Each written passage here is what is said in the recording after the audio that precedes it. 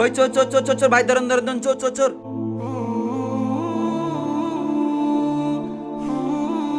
আরে ওই ওদিকে কই যাইতাছে? মনে হয় আমার নামে পুলিশের কাছে কমপ্লেন করতে যাইতাছে। এক কাজ করি, ওর ব্যাগ ওরেই দিয়া দেই। ওই ভাই দাঁড়ান, ভাই আপনার ব্যাগ লইয়া যান। ওই ভাই দাঁড়ান।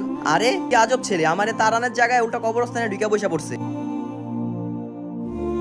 ভাই আমি সেই লোক, যেই লোক আপনার ব্যাগটা চুরি করছিলাম। ভাই তুমি শুধু আমাকে এতটুকু বলে দাও, তুমি আমাকে তাড়ানোর জায়গায় কবরস্থানে কেন ঢুকে বসছো? ভাই যখন আমি আপনার পিছু দৌড়াইতেছিলাম তখন আপনি ওইখান থেকে পলাই গেছিলেন, তখন আমি ভাবলাম আপনার জন্য আমি এমন একটা জায়গায় অপেক্ষা করি যেখানে আপনার একদিন না একদিন আসতে হবে।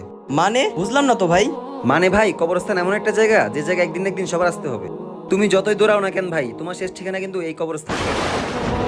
ভাই তুমি আমাকে মাফ করে দাও ভাই, আমি দুনিয়ার লোভ লালসতায় কইরা ভুলেই গেছিলাম আখিরাতের কথা। ভাই আপনি আমার কাছে মাপ চাইয়েন না, আপনি আল্লাহর কাছে প্রকৃত মনে তওবা করেন যে এই কাজ আর জীবনেও করবেন না। আল্লাহ তাআলা আমাদের সবাইকে মাফ করে দেখ। ভিডিও ভালো লাগলে সাবস্ক্রাইব করবেন।